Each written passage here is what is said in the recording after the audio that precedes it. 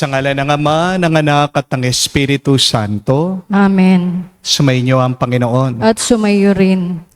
Mga kapatid, sa araw na ito ating pinagdiriwang ang banal na kapestahan ni San Roberto Bellarmino. Siya ay isang Jesuitang pari, naging obispo at ngayon pantas ng ating simbahan. Napakaganda ng turo ni San Roberto Bellarmino that the greatest service that we can render to God is by saving souls. Paano tayo makakatulong sa pagliligtas ng kaluluwa ng ating mga kapwa? Umpisahan natin sa pagiging tapat sa pagsunod sa kagustuhan ng Diyos. Umpisahan natin sa paggawa natin ng mabuti sa ating kapwa, ang mahalin ang iba kung paano tayo minahal ng Diyos. Napakaraming beses na kung saan nakalimutan natin na mas mahalaga pala ang kaligtasan ng ating mga kaluluwa sa mga pagkakataon na kung saan inuna natin maghanap buhay, ang magparami ng pera, ang kipagkompetisyon para maging mas sikat, maging mas kilala kesa sa iba. Sa mga pagkakataon din na kung saan alam natin ang kagustuhan ng Diyos, pero tayo nabigo sa paggawa nito. Tayo'y yumuko, magsisi sa ating mga kasalanan, para minsan pa tayo makitang karapat-dapat makatanggap sa mga banal na misteryo. Inaamin ko Sa makapangyarihang Diyos at sa inyo mga kapatid, na lubha akong nagkasala sa isip, sa salita at sa gawa at sa aking pagkukulang. Kaya isinasamo ko sa mahal na Birhen Maria, sa lahat ng mga anghel at mga banal, at sa inyo mga kapatid na ako'y ipanalangin sa Panginoong ating Diyos. kaawaan tayo ng makapangyarihang Diyos. Patawarin tayo sa ating mga kasalanan. Patnubayan tayo sa buhay na walang hanggan. Amen. Panginoon, kaawaan mo kami. Panginoon, kaawaan mo kami. Kristo, kaawaan mo kami. Kristo, kaawaan mo kami. Panginoon, kaawaan mo kami. Panginoon, kaawaan mo kami. Manalangin tayo. Ama naming makapangyarihan, ginawad mo sa obispong si San Roberto ang tanging karunungan at kagitingan para panindigan ang pananalig ng iyong sambayanan. Bilang tugon sa kanyang pagdalangin, kami naway magkamit ng kanyang kakayanan, ng panghawakang buong-buo ang pananalig. Sa pamagitan ni Jesucristo kasama ng Espiritu Santo, magpa sa walang hanggan. Amen.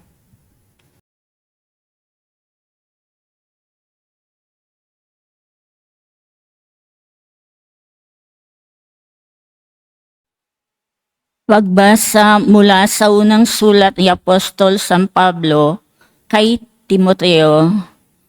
Pinakamamahal, malaki ang pag-asa kong magkikita tayo sa lalong madaling panahon. Gayunmay, isinulat ko rin ang mga tagubiling ito upang hindi man ako makarating agad ay malaman mo rin ang dapat ugaliin sa sambahayan ng buhay na Diyos, sa simbahan na siyang haligi at saligan ng katotohanan. Napakahiwaga ng mga katotohanan ng ating relihiyon. Siya'y nahayag ng maging tao at pinatotohanan ng Espiritu, nakita ng mga anghel. Ipinangaral sa sanlibutan, pinaniwalaan ng lahat, at sa langit ay tinanggap. Ang salita ng Diyos. Salamat sa Diyos. Gaway napakadakila ng Panginoong lumikha. Gaway napakadakila ng Panginoong lumikha. Buong puso siyang pasasalamatan, aking pupurihin sa gitna ng bayan, kasama ng mga lingkod na hinirang. Napakadakila ang gawa ng Diyos, pinanabikan ng lahat ng lingkod. Gaway napakadakila ng Panginoong lumikha. Lahat niya'y gaway dakila at wagas, bukod sa matuwid hindi magwawakas. Hindi inaalis sa ating gunita, na siya'y mabutit mahabaging lubha. Gaway napakadakila ng Panginoong lumikha. Sa may pagkatakot, pagkaisagana, pangako ng puon ay hindi nasisira. Pinadama niya sa mga hinirang ang kapangyarihan niyang tinataglay nang ibigay niya ang lupa ng dayuhan. Gaway napakadakila ng Panginoong lumikha.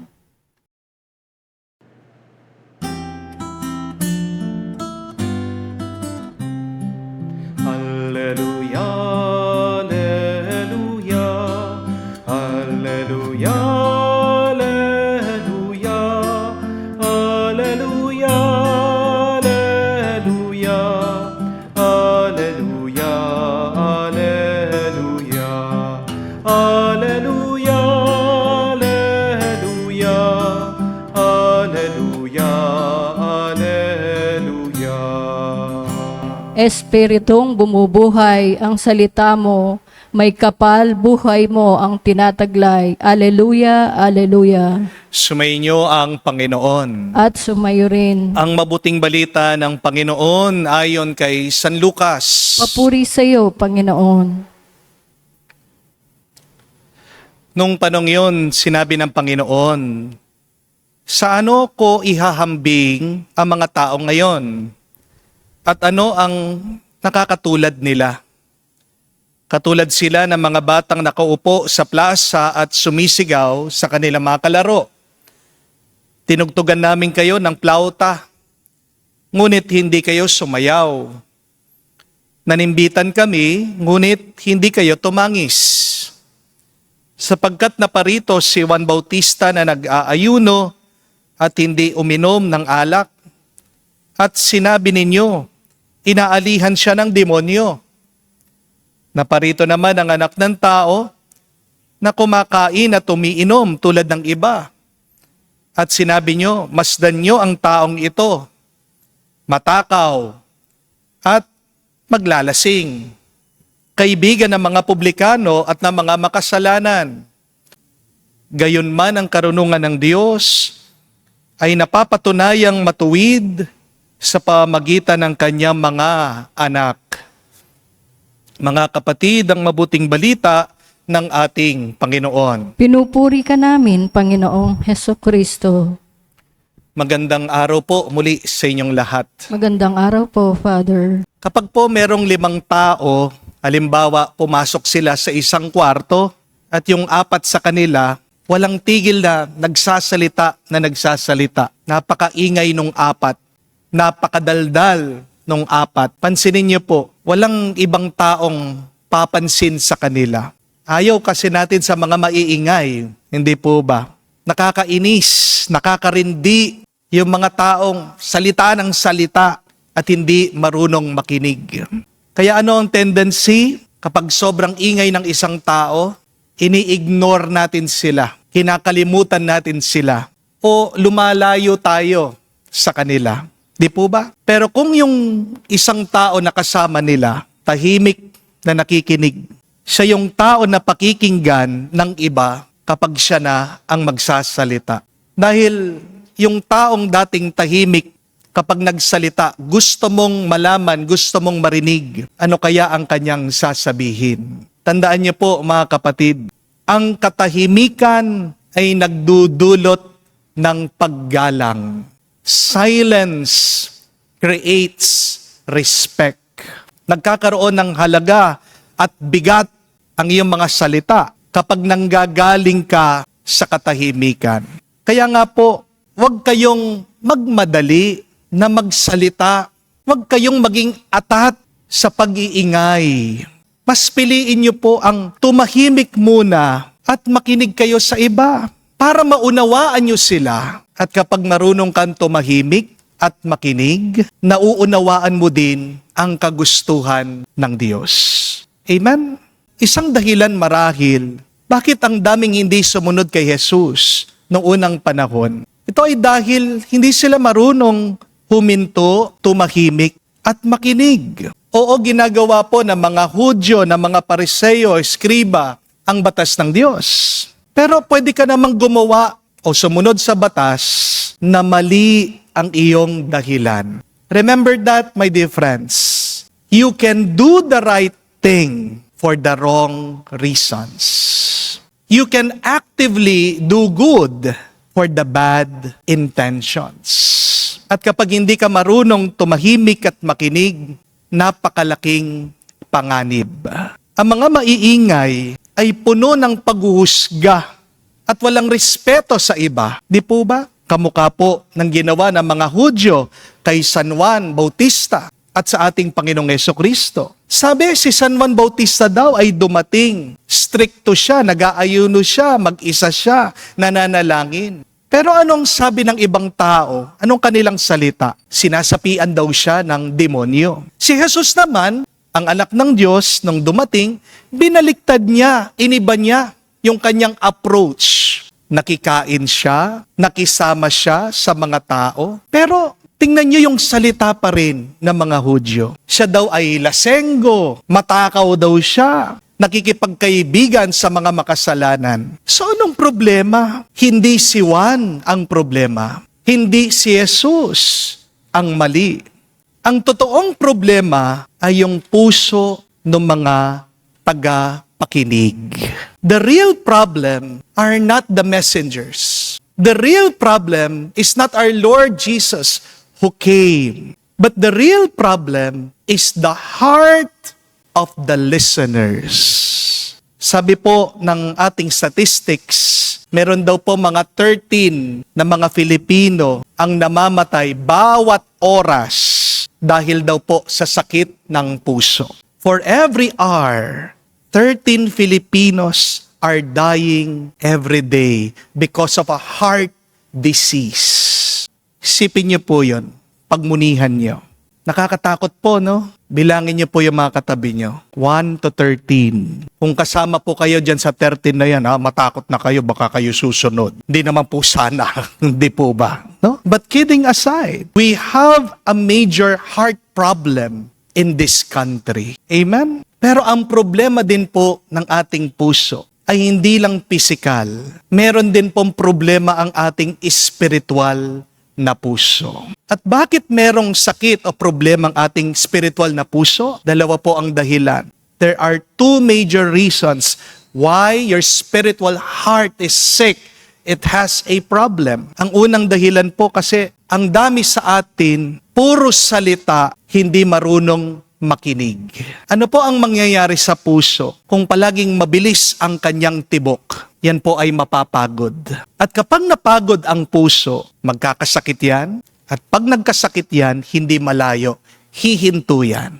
Kapag huminto ang iyong puso, anong mangyayari sa'yo? Ikaw ay dedo. Di po ba? Patay ka.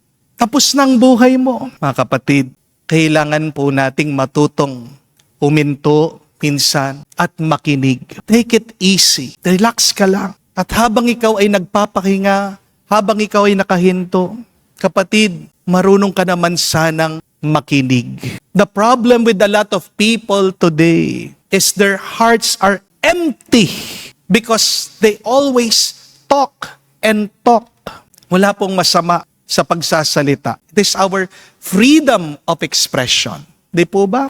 Kalayaan mo, karapatan mo ang magsalita. Pero ano pong masama sa pagsasalita? Yung nagsasalita kang walang laman. Yung may sinasabi kang walang kwenta. Di po ba?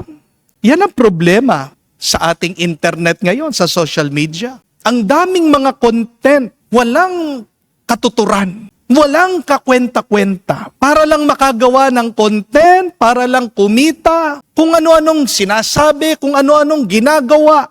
Naalala niyo po, yung dumura doon po sa baptismal font sa simbahan. Bakit ginawa yon? Para lang magkaroon ng atensyon. Hindi po ba? Ganyan din ang ginagawa ng napakaraming fake news. Kahit na hindi sigurado kung ano-ano yung mga haka-haka, pinagtagpi-tagpi, minsan pinagkokonek-konekta, yung mga nagkakasalungat, na katotohanan, mga kapatid. Kung walang kwenta ang mga salita, gutom ang ating mga puso at kalooban. Tanging ang salita lang ng Diyos ang makakapagpabusog ng iyong puso. Amen? Dahil anong sabi ng Biblia? God's Word is spirit and life. My dear friends, you may have a problem in your spiritual heart because your heart is hungry. It is malnourished. Do you want to have a healthy spiritual heart? Then please, stop talking, stop judging other people, and start listening to God. Ang pakikinig po, hindi lang ang tenga ang ating ginagamit. Ang tunay na pakikinig nag-uumpisa gamit ang ating mga puso. Di po ba? Dahil ang salita ng Diyos ay sustansya ng ating mga puso at kaluluwa. Pero pangalawa, kaya may sakit at problema ang ating mga spiritual na puso ngayon ay dahil wala tayong kabusugan. Dahil nababalot ang ating mga puso sa pagkamakasarili. Your heart has a spiritual problem when you are greedy, when you are selfish, when you are unsatisfied always. Balikan niyo man po ang ating ebanghelyo. Sabi ni Jesus, nagpadala daw ang Diyos Ama ng propeta. Pinadala ng Diyos mismong anak niya sa mga Hudyo. Pero ni isa dito sa pinadala ng Diyos, wala silang sinundan, wala silang pinakinggan. Hindi nila nirespeto. Na kapatid, the Jews were always unsatisfied. Bakit hindi nila tinanggap? Dahil palaging meron silang ibang hinahanap.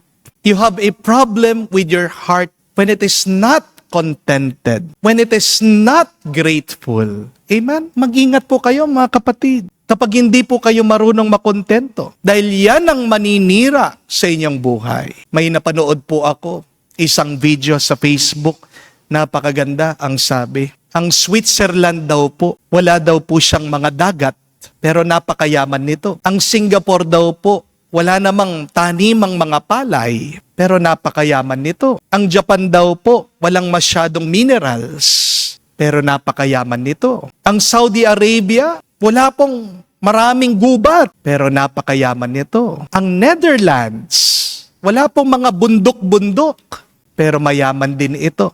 Ang Pilipinas, isipin nyo daw po, nasa atin ang lahat ng yamang lupa. Meron tayong dagat, meron tayong rice field, meron tayong mga bundok, meron tayong mga gubat. Pero bakit napakahirap natin? Ano ang yaman ng ating Pilipinas ngayon? Mga korap na opisyal. Yan ang dahilan. Bakit lugmok tayo sa hirap? Di po ba? Wala pong problemang yamang lupa ng ating bansa. Kaya naghihirap tayo kasi hindi marunong humawak ng yaman ang ating mga namumuno.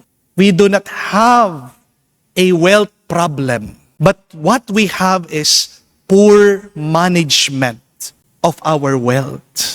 Yung ating mga namumuno may problema sa kanilang mga spiritual na puso. They have greed in their hearts. At ano po ang sabi ni Santa Catalina ng Siena? That greed blinds the soul. For it makes man unable to see the light of the divine truth. Mga kapatid, huwag kayong magkakamali. Do not measure your life by the applause of men. Do not measure your joy with your possessions. But measure your existence by the approval of God. Ang tanong, kanino ka ba nakikinig? God always speaks to us. And yet, why are we deaf? Because we have a spiritual heart problem. Kung ang mga tao ang iyong sinusundan lang, magiging miserable ka. Pero kung marunong kang makinig at sumunod sa Diyos, magiging payapa ka. Amen? Nung minsan, ako po ay nasa dentista, nagpa-check ako ng aking ngipin. At sabi niya sa akin, alam mo Father, kung tama lang yung posisyon ng iyong panga, no? Napakalaking epekto nito sa lakas ng iyong pangangatawan. Recently po na-discover daw ng mga doktor ito. Yung proper posture daw po natin, nag-uumpisa sa ating mga bibig at panga. Merong daw pong connection yan sa ating lakas, sa ating health. Poor posture makes you weak and sick. But proper posture makes you strong and healthy. Kaya nga po sinubukan niya, tinuwid niya yung aking pangae, yung aking jaw, at pagkatapos po, tinry po niya yung aking mga kamay. Tumibay po. Lumakas po yung grip ng aking kamay. Hindi kaya marahil yan ang problema din ng ating mga puso. Ang problema ng ating spiritual na puso, kasi masama ang pagkaharap nito. Hindi tama ang orientation ng iyong puso. Kahit naman po sa TV, di ba? Yung antena, pag mali po yung posisyon ng antena, wala kang natatanggap. Hindi kaya ganyan din pagdating sa grasya ng Diyos sa atin. Kaya wala tayong natatanggap. Mali yung ating pagkaharap, yung ating posisyon sa Diyos. If you would just properly orient your heart to God, then you will live righteously. Ang taong matuwid ay may pusong nakatuwid, nakaharap sa Diyos. Magandang pagmunihan po ngayong araw. San ka ba nakaharap? Saan ba nakaharap ang iyong puso? Sa Diyos ba? O baka naman puro sa pera, sa iyong trabaho, sa iyong mga problema? Kapatid, kung nakaharap ang iyong puso sa Diyos, hindi ka maliligaw, hindi ka malulungkot, hindi ka magsasawa sa buhay. Amen? Yan, napakaganda po ng ending ng ating ebanghelyo na mabuting balita ngayon. Ang sabi po ni Jesus, wisdom is proven right by all her children. In other words, time will tell. The fruit of your choices will show whether you were wise or foolish. At ano po ba ang karunungan? Remember this, wisdom is not only knowing what is right and wrong, but wisdom is choosing the right every time against the wrong. Ang pagiging marunong, hindi lang yung alam mo yung tama at mali, pero marunong ka kung yung alam mong tama, yun yung palagi mong pinipili at sinusundan. Di po ba? Ang pusong walang karunungan ay isang pusong may sakit at may problema. At ito po ang ating ipagdasal sa banal na misa. Humingi tayo sa Diyos na mapuno tayo ng karunungan ng banal na Espiritu para maging malusog ang ating mga puso at kaluluwa. Magagawa natin ito, una, sa ating pananahimik, pangalawa, sa ating pakikinig sa Diyos. At pangatlo, iharap mo ang iyong puso sa Diyos. And I tell you that your life will become healthy, happy, and holy, now and forever. Amen. Tumayo po tayo. Pinapahayag ng mga propeta ang pagdating ng ating mananakop sa pamagitan ng pagpapahayag ng pagsisisi sa mga kasalanan. Pinahayag ni Juan Bautista ang kanyang pagdating. Sa diwa ng pagsisisi, manalangin tayo sa tulong ng Diyos. Ating sabihin, Panginoon, dinggin mo kami. Panginoon, dinggin mo kami. Ang simbahan naway patuloy pang umunlad at higit pang humikayat sa sumasampalataya sa maluwalhating hapag ng kaharian. Manalangin tayo sa Panginoon. Panginoon, dinggin mo kami. Ang mayayaman at mga dukha naway hindi humiwas sa hamon ng kaharian. Manalangin tayo sa Panginoon. Panginoon, dinggin mo kami. Tayo naway tumugon ng may katapatan sa tawag ng pagbabalik loob. Manalangin tayo sa Panginoon. Panginoon, dinggin mo kami. Sa katahimikan po ng ating puso, banggitin natin, sabihin natin sa Diyos ang ating mga personal na pangangailangan. Ama naming nasa langit, inaanyayahan mo kami upang makapiling ka sa iyong kaharian. Ngayon nananalangin kami para sa iba. Tulungan mo kaming maisama sila sa hapag na inihanda ng iyong anak na si Jesus, ang aming Panginoon at Diyos ngayon at magpa sa walang hanggan. Amen.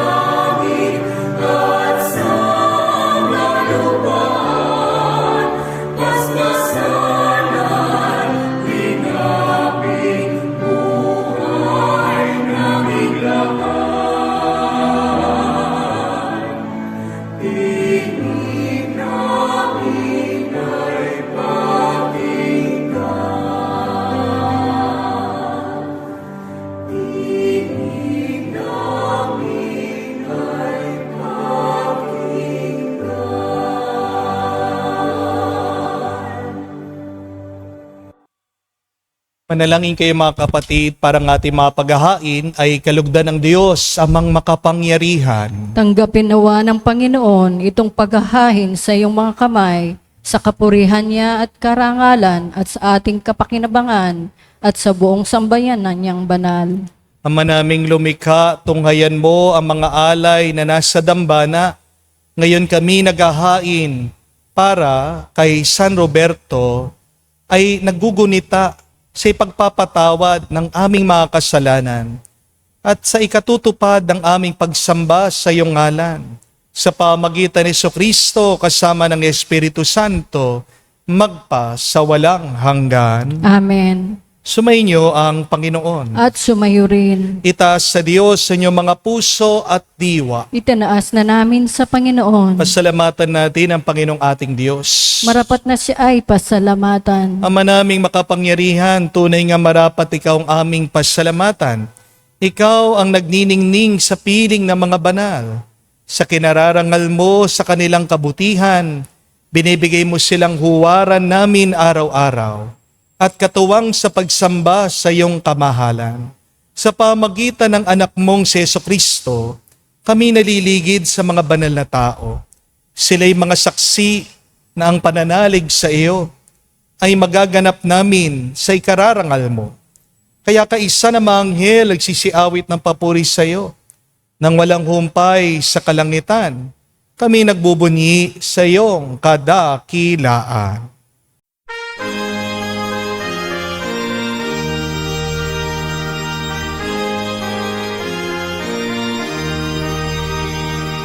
Santo, Santo, Santo, Panginoong Diyos ng mga hukbo.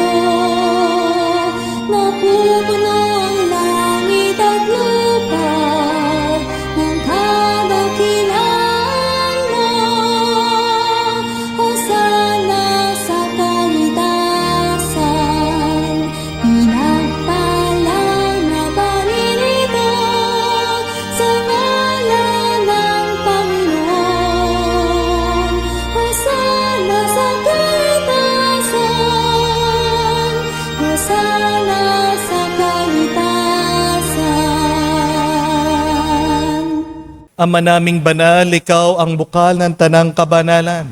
Kaya't sa pamagitan ng iyong Espiritu, gawin mong banal ang mga kaloob na ito, upang para sa amin, maging katawan at dugo ng aming Panginoong Hesu Kristo. Bago niya pinagtiis ang kusang loob na maging handog, hinawakan niyang tinapay, pinasalamatan kanya. Pinaghati-hati niya iyon, inabot sa kanya malagad at sinabi, "Tanggapin ninyong lahat ito at kanin. Ito ang aking katawan na ihahandog para sa inyo."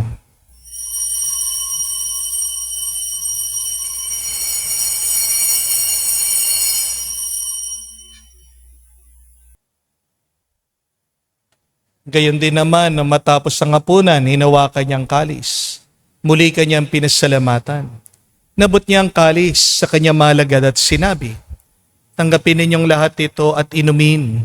Ito ang kalis ng aking dugo, ng bago at walang hanggang tipan.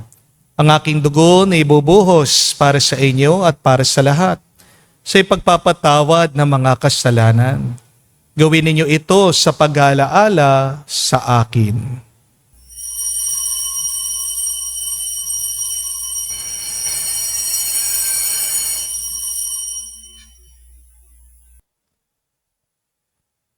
Ang misteryo ng pananampalataya.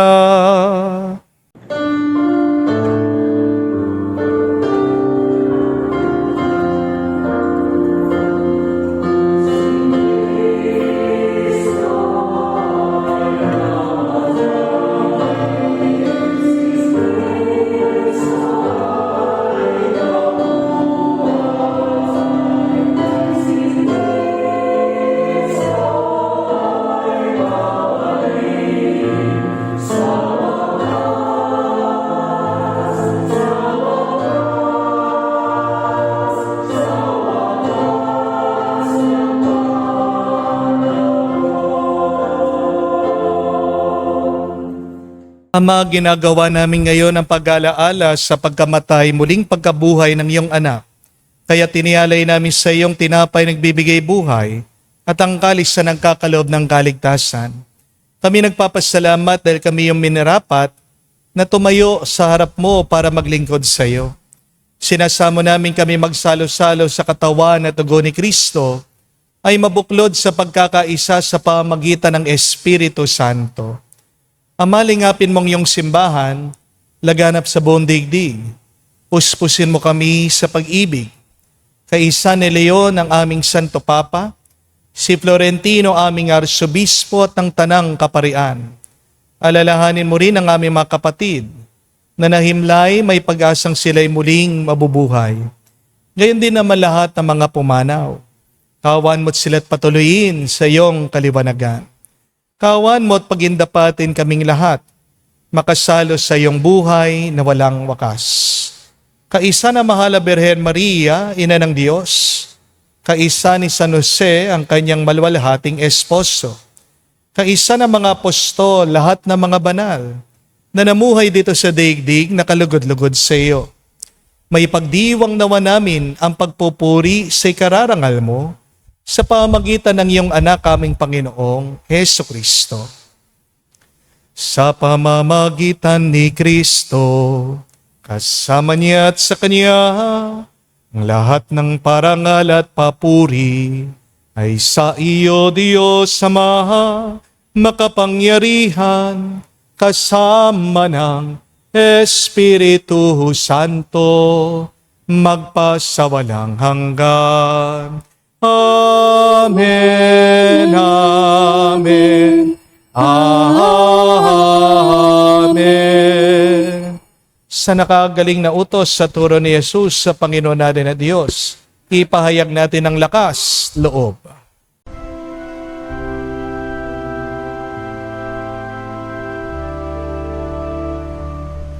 Ama namin, sumasalangit ka, sambahin ang ngalan mo, mapasa amin ang kaharian mo, sundin ang loob mo dito sa lupa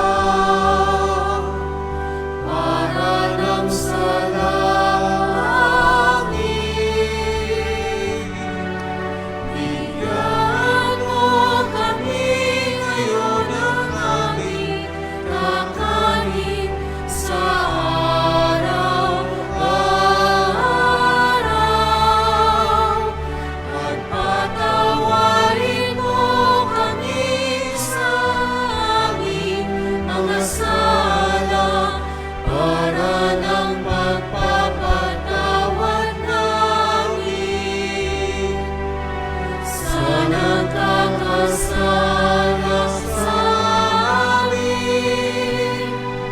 At huwag mo kami ipahintulot sa tukso, at iadya mo kami sa lahat ng masama.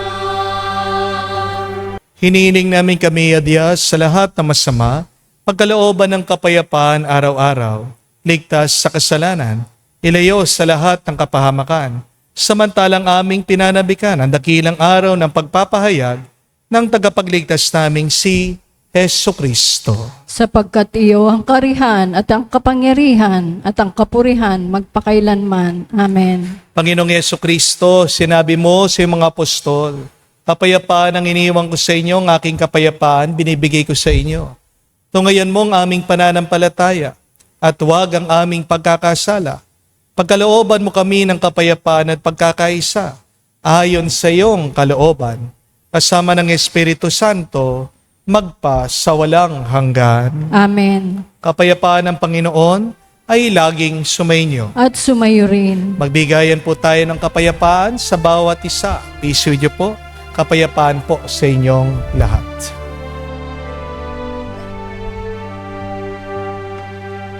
Kordero ng Diyos na nag-aari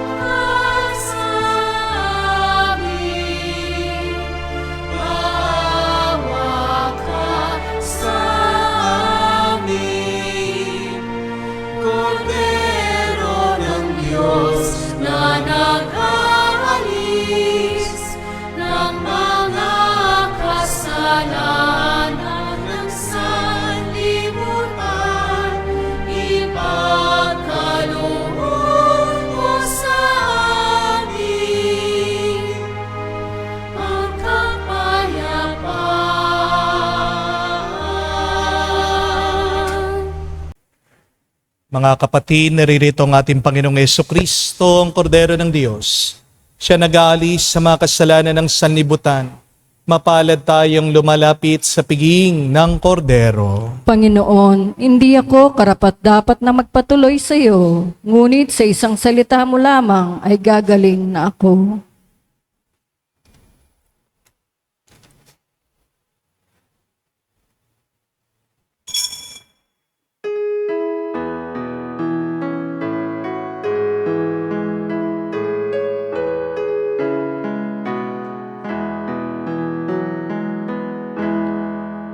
Tinanggap ko ang buhay na Diyos, puso ko ay nakalahak.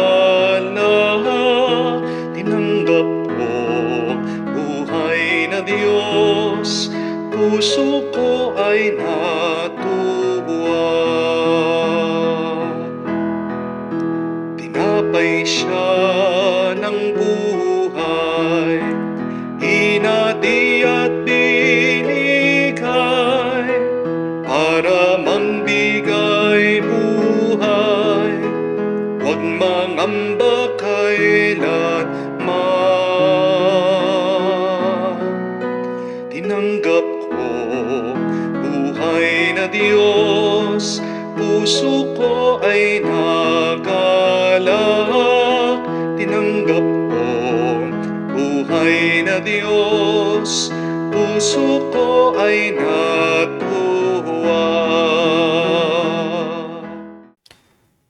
Manalangin tayo. Ama namin mapagmahal, kami nagsipakinabang ay dumadalangin ang pinananaligan ng uliran naming si San Roberto ay maipahayag namin at itinuro niya ay magawa naming ganapin.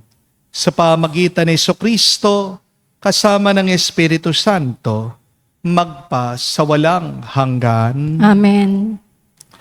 Mga kapatid, tandaan niyo po na marami sa atin ang merong heart problem. Hindi lang po physical ha, pero marami sa atin ang merong spiritual heart problem.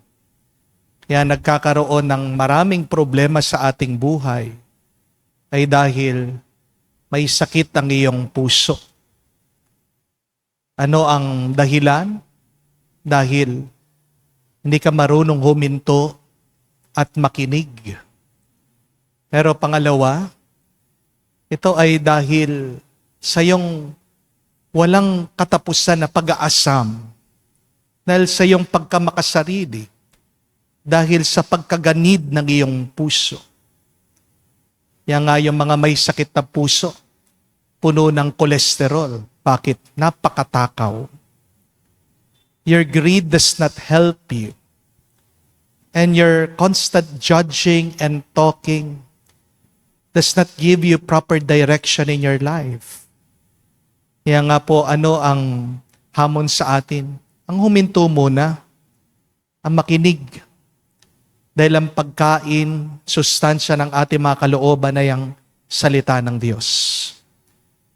Pero pangalawa, matuto ka na, ibaling mo, ituon mo, itama mo ang pagkaharap, posisyon ng puso mo sa Diyos.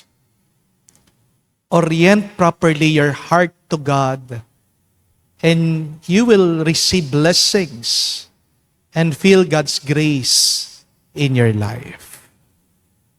Kaya magandang itanong yan, muli pagmunihan natin, saan nakatuon, nakaharap ang aking puso? Binibigyan tayo ng panibagong oras, panibagong panahon, panibagong buhay. Kapatid, huwag kang magkakamali. Iharap mo sa Diyos ang iyong puso at pupunuin ka niya ng kapayapaan. Sumayin ang Panginoon. At sumayo rin. At kayo basbasan ng Diyos makapangyarihan sa lahat, sa ngalan ng Ama, ng Anak, ng Espiritu Santo. Amen. Ang ating misa'y natapos na, humayo kayo sa kapayapaan ni Kristo. Salamat sa Diyos.